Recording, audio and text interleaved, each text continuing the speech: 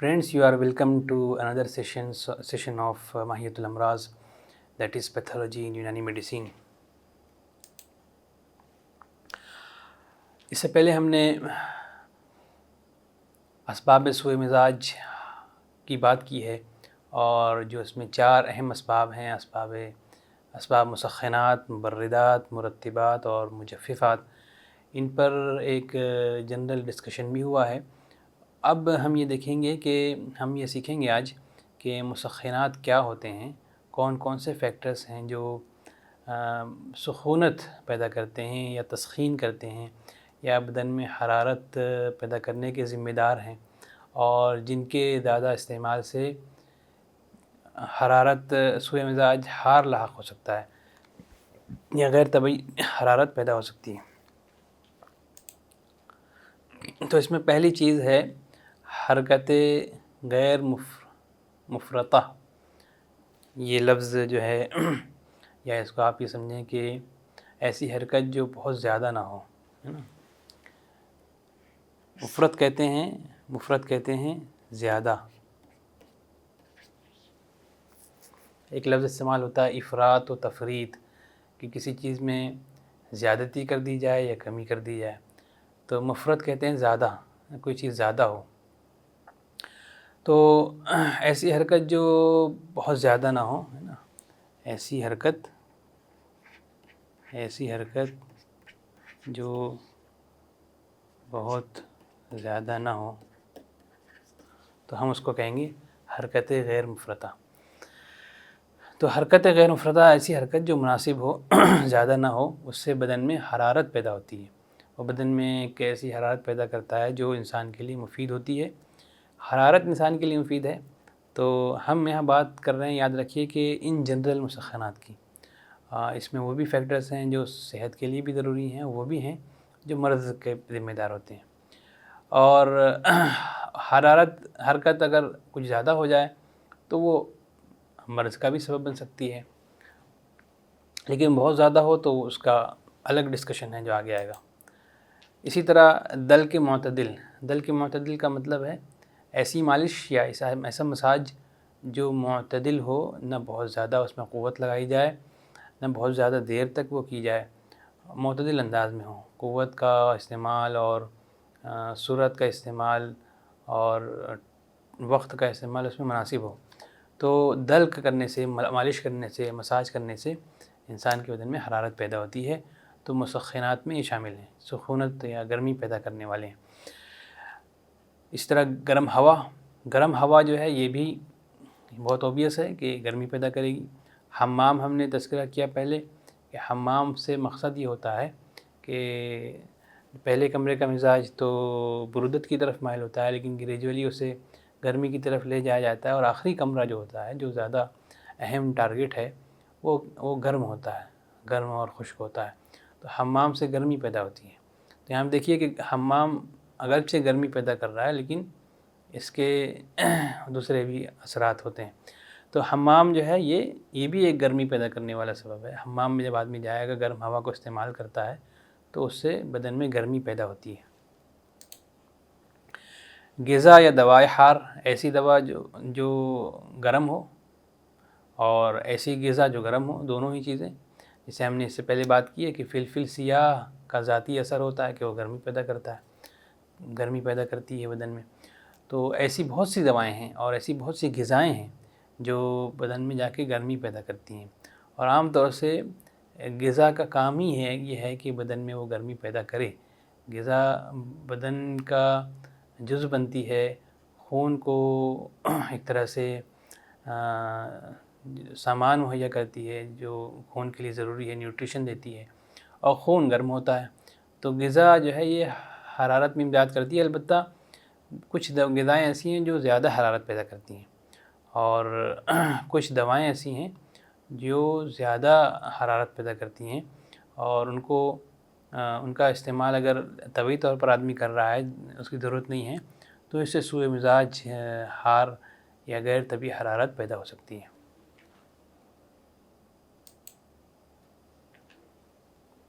تکاثف جلد، یہ ایک کانسیپٹ ہے جس کی طرف اشارہ اسباب کے عارضی اثرات میں ہوا تھا کہ بدن کے اندر جو مسامات ہوتے ہیں، مسامات بدن، ہم نے اس کا تذکرہ کیا تھا کہ ٹھنڈا پانی اگر پیا جائے تو مسامات بدن بند ہو جاتے ہیں، اس سے بدن کے اندر سے بخارات نہیں نکل پاتے اور پھر گرمی بڑھ جاتی ہے۔ تو بس یہ سمجھیے کہ اگر جلد کے جو مسامات ہیں وہ کسی وجہ سے ان کے اندر تکاثف پیدا ہو جائے، تکاثف کا مطلب ہوتا ہے کہ ان کے اندر ایک طرح سے ان کی کثافت بڑھ جائے، وہ بند ہو جائیں یا وہ تنگ ہو جائیں، جلد کے اندر ایسی کثافت پیدا ہو جائے یا ایسی جلد کے اندر سختی کی کیفیت ہو جائے کہ عام طور سے جیسے ٹھنڈی چیزوں کو اپلائی کرنے پر بھی ہو جاتا ہے کئی بار کہ ہم نے کسی ٹھنڈی چیز کا استعمال کیا، پھر وہاں کی جلد کے اندر ایک کثافت سی محسوس ہوتی ہے، ایک ہارڈنس سی، یا آپ کہیں کہ ایک بھاری پن سا احساس ہوتا ہے، تو وہ جو جلد سکڑ جاتی ہے، ایک سکیڑ پیدا ہو جاتا ہے۔ یہ لفظ صحیح ہے زیادہ اس کے لیے کہ جلد کے اندر سکیڑ پیدا ہو جائے اور سکڑن سے سارے مسامات جو ہیں وہ کلوز ہو جائیں، بند ہو جائیں، اور یہ مسامات کا بند ہو جانا یہ بھلے کسی وجہ سے ہو لیکن عرضی طور پر یہ بدن کے اندر جو بخارات ہیں اس کو نکلنے نہیں دیتا، اور اس طریقے سے بدن کے اندر گرمی پیدا ہو جاتی ہے، گرمی بڑھ جاتی ہے، اس وجہ سے اسے کہتے ہیں یہ مسخنات میں شامل ہے۔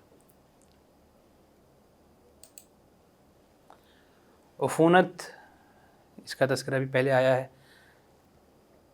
عفونت کیا چیز ہے کہ خون کے اندر خرابی پیدا ہو جائے، بدن کے اندر کسی قسم میں خرابی پیدا ہو جائے، جہاں پر عفونت ہو رہی ہے اخلاط میں ہو رہی ہے تو اخلاط میں خرابی پیدا ہو جائے، یا جس کو ہم کہہ سکتے ہیں ایک طرح سے جو انفیکشن ہوتا ہے تو وہ دراصل ایک قسم کی عفونت ہوتی ہے کہ خون کے اندر تعفن لاحق ہو جائے، یا جو جس حصے میں عفونت ہوئی ہے وہ حصہ خراب ہو جائے، سڑ جائے، تو عفونت ذمہ دار ہوتی ہے حرارت کی۔ جب بھی عفونت ہوتی ہے تو اس سے حرارت پیدا ہوتی ہے، اور ہم نے پہلے تذکرہ کیا کہ بخار جو ہے اسی وقت پیدا ہوتا ہے جب عفونت ہوتی ہے، ٹھیک ہے، اخلاط میں امتلا ہوتا ہے، پھر اس میں عفونت ہوتی ہے، پھر بخار پیدا ہوتا ہے۔ تو گویا کہ عفونت بخار کی ذمہ دار ہے، عفونت حرارت کی ذمہ دار ہے، عفونت سے بدن میں گرمی پیدا ہوتی ہے، تو یہ غیر طبیعی حرارت کی ذمہ دار۔ بیداری آپ جانتے ہیں کہ جاگنے کو کہتے ہیں، زیادہ جاگنا یہ بھی بدن کے اندر حرارت پیدا کرتا ہے، اور اس کے اپوزٹ ہے نیند سونے سے بدن میں برودت پیدا ہو سکتی ہے، بدن کے اندر ٹھنڈک پیدا ہو سکتی ہے۔ تو بیداری کا تعلق، بیداری کی مثال ہے حرکت سے، بیداری ایک قسم کی حرکت مانی جاتی ہے اور نیند ایک قسم کا سکون مانا جاتا ہے۔ تو جیسے سکون سے حرکت پیدا نہیں ہوتی ویسے نیند سے نہیں ہوتی، اور بیداری سے جس طرح حرارت پیدا ہوتی ہے، حرکت سے حرارت پیدا ہوتی ہے، اسی طرح بیداری سے حرارت پیدا ہوتی ہے۔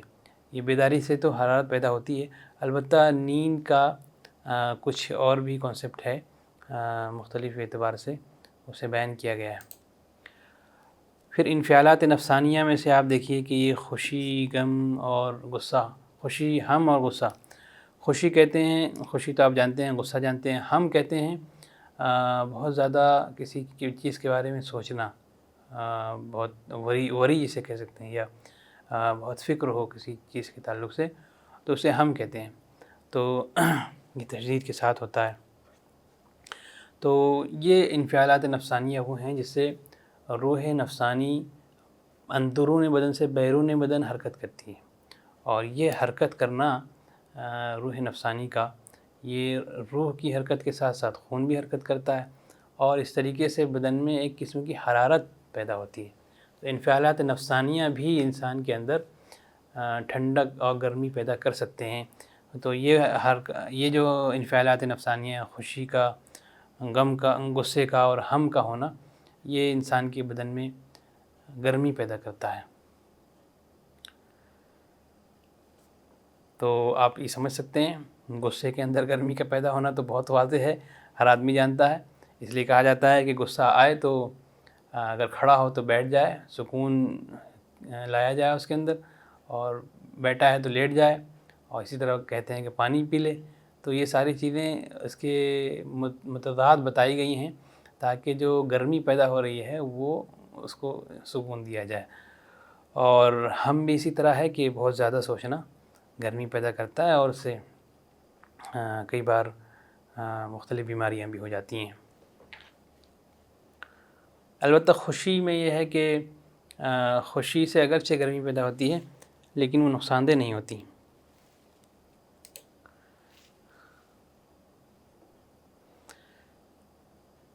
So we have discussed earlier the different types of سوء مزاج، اسباب سوء مزاج and مسخنات، مبردات، مجففات and مرطبات.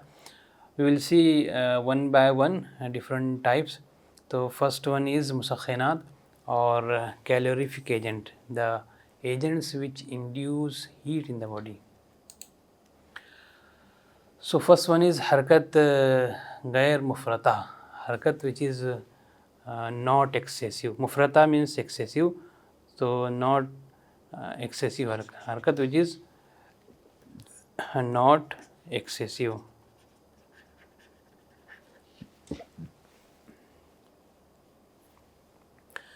So not excessive means moderate حرکت or moderate activities. حرکت means physical activity. So if it is not excessive, it is moderate, then it induces heat. Why it is not excessive? Even excess of حرکت may increase heat, but if it is very excessive, then its arzi asar is it induces burudat in the body. We will see later on. So حرکت which is not very excessive is causes hararat in the body. Here we will see all those factors which induce heat, either it is beneficial for the body or not beneficial for the body, but they are calorific agents, so we will discuss here.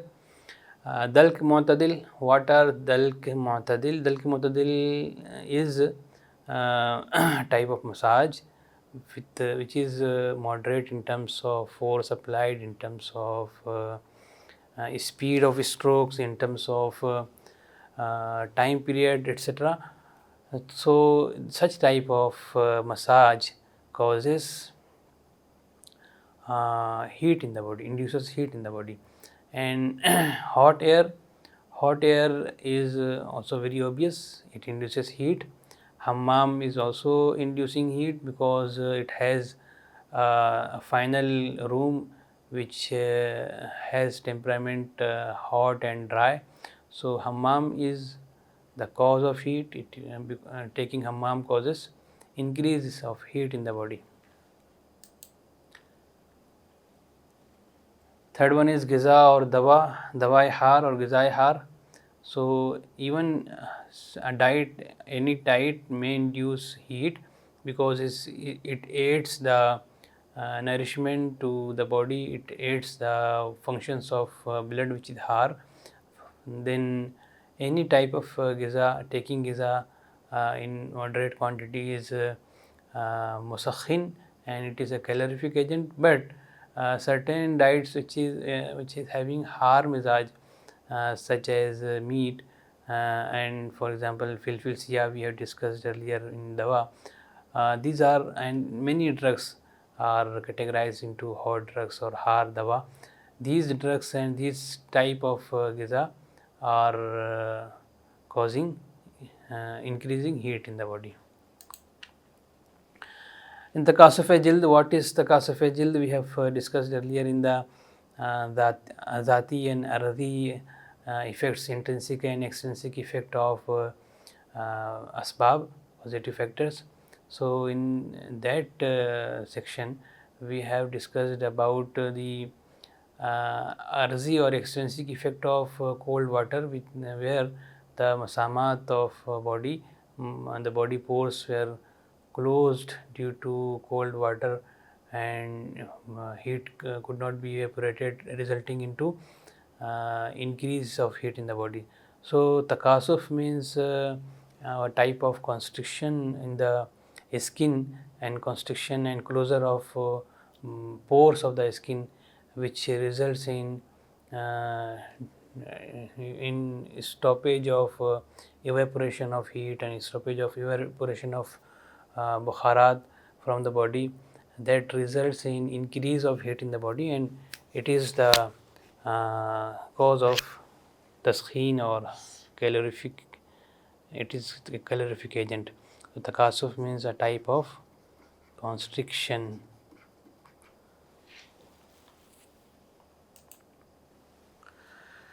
Ufunat, or you may call it as a kind of sepsis as a result of any infection. So ufunat is a type of change in the body fluids, which results in increase of heat in the body.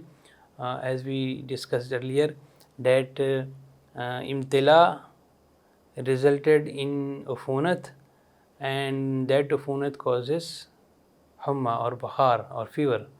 So ufunat is a asbab wasila or ufunat. So ufunat is asbab wasila of fever. So ufunat is a calorific agent or increasing the heat in the body. Yaqza, or you can say wakefulness.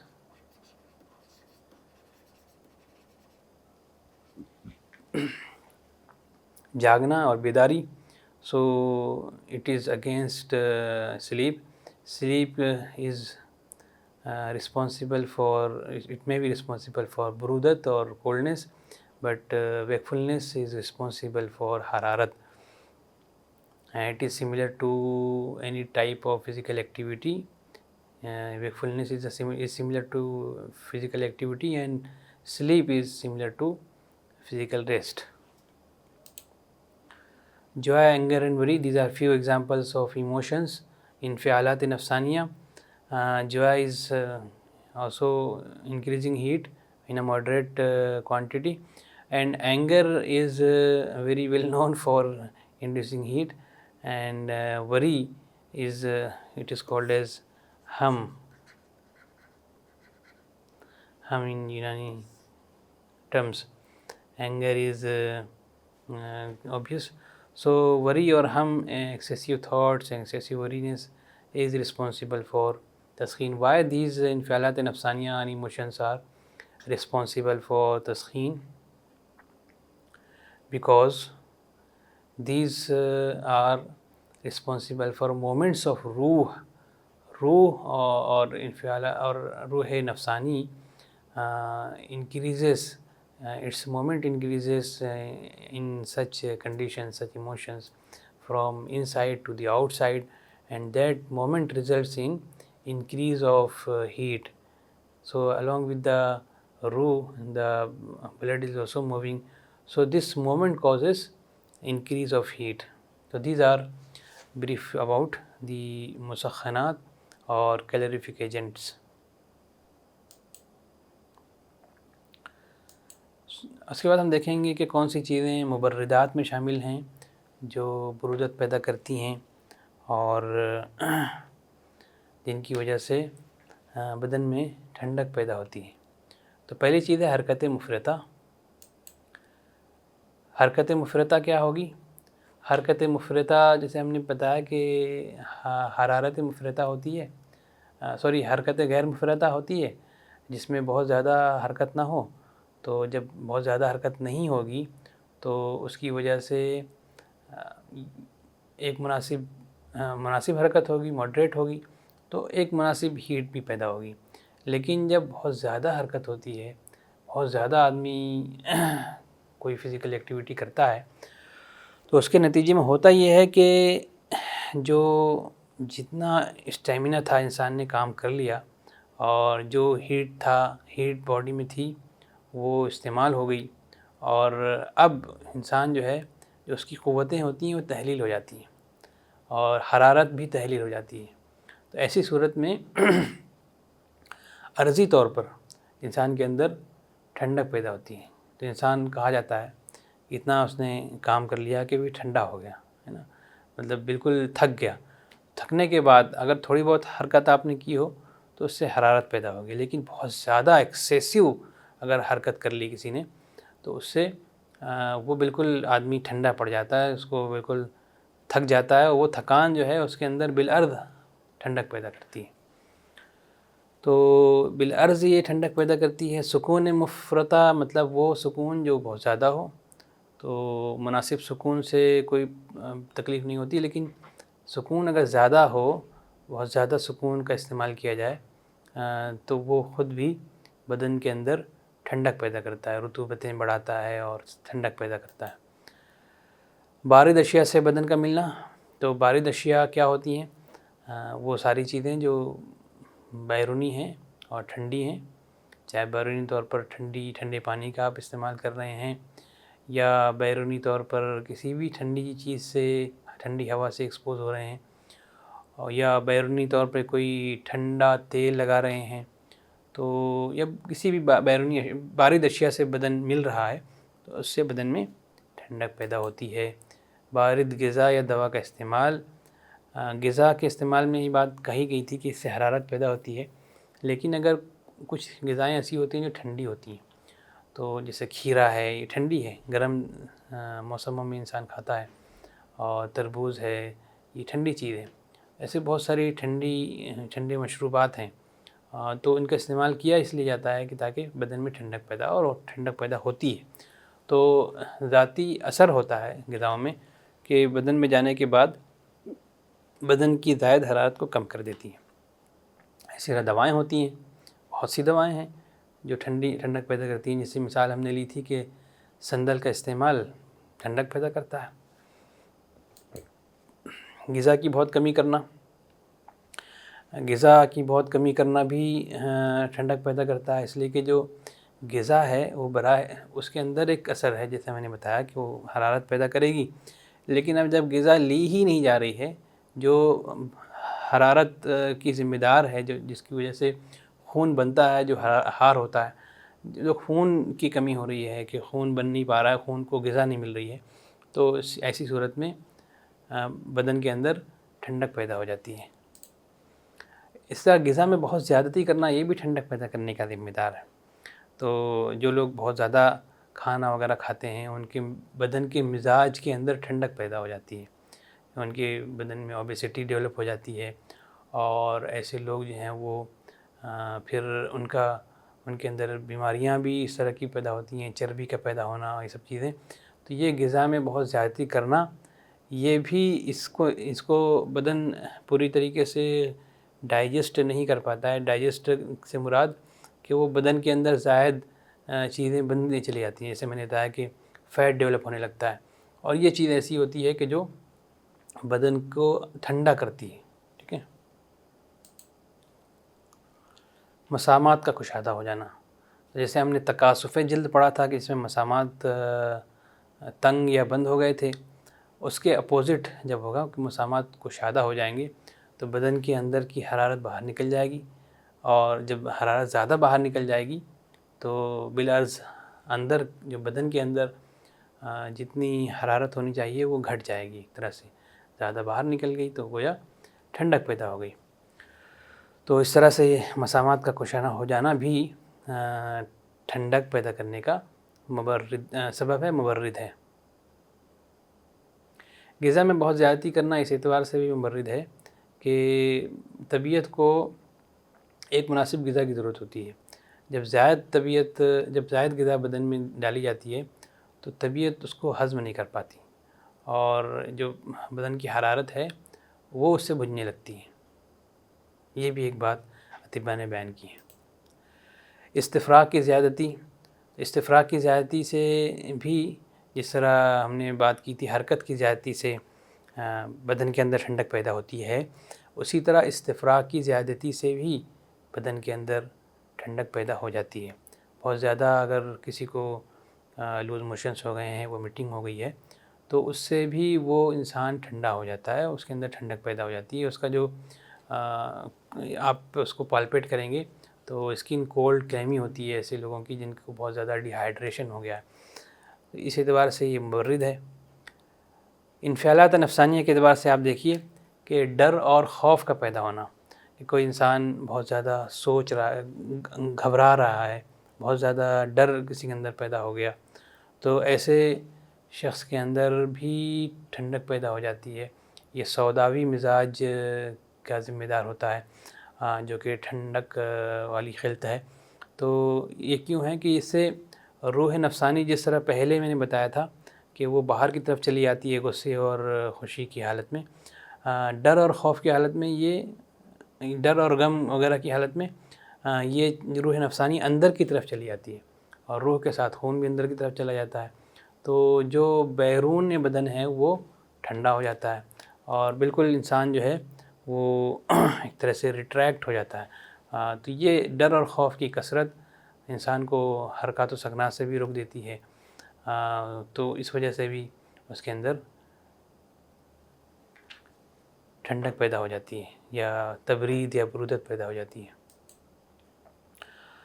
So another important cause is مبردات اور cooling agents. So what are those? حرکت مفرطہ. حرکت مفرطہ means any moment, the moments or the physical activity which is very excessive. مفرطہ means excessive. So excessive moments or excessive حرکت is responsible for loss of heat from the body, and in this way it is responsible for coldness, inducing coldness in the body. Then second one is sukoon mufrata. This is actually sukoon mufrata.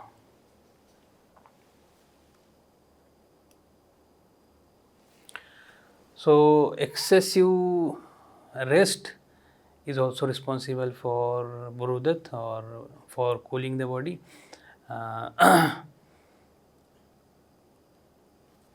Excessive rest must be avoided, as we have discussed in the asbab sitta zaruri, harakat wa sukoon badani.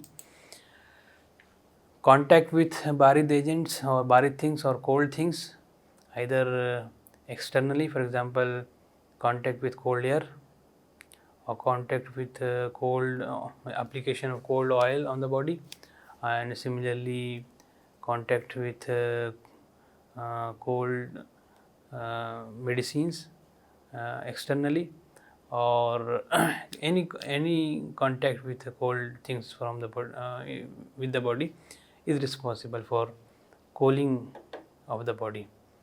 And in terms of use of diet and drug, agziya means diets and dawa means drug. So excessive use of cold diet means certain cold drinks and certain food which is categorized into cold, such as cucumber or watermelon. These are cold things. So such cold diets or cold fruits are responsible for cooling the body. Similarly, there are a number of drugs which are included in cold drugs. The example is sandal, and there are numerous examples. So these are discussed in detail in Ilm Ladviya. So these are responsible for cooling of the body. Very less consumption of food, a moderate amount of food increases heat in the body, responsible for a moderate heat. But decreasing the consumption of food is responsible for no production of heat. No production of heat means no food, means cooling of the body. Heat is not produced, then body becomes cool. Excess consumption of food is also responsible for cooling of the body. Excess consumption of food leads to inability of quwwat hazma and tabiyat to digest the food, and the hararat which is responsible for digestion, it is used up completely. So it results in consumption, it results in cooling of the body.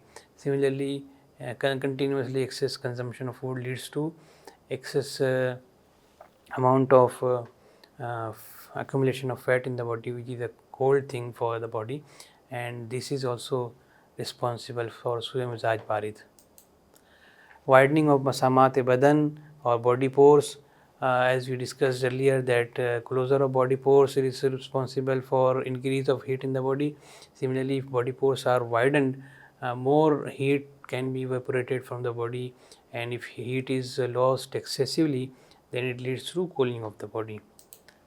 Excess istifrag means excess evacuation of any from any route, for example diarrhea and vomiting or anything. So in this way the body water is decreased from the body, and heat is also decreased from the body, and such patients of dehydration can be observed as a cold, with having cold and clammy skin. So istifrag is also responsible for cooling.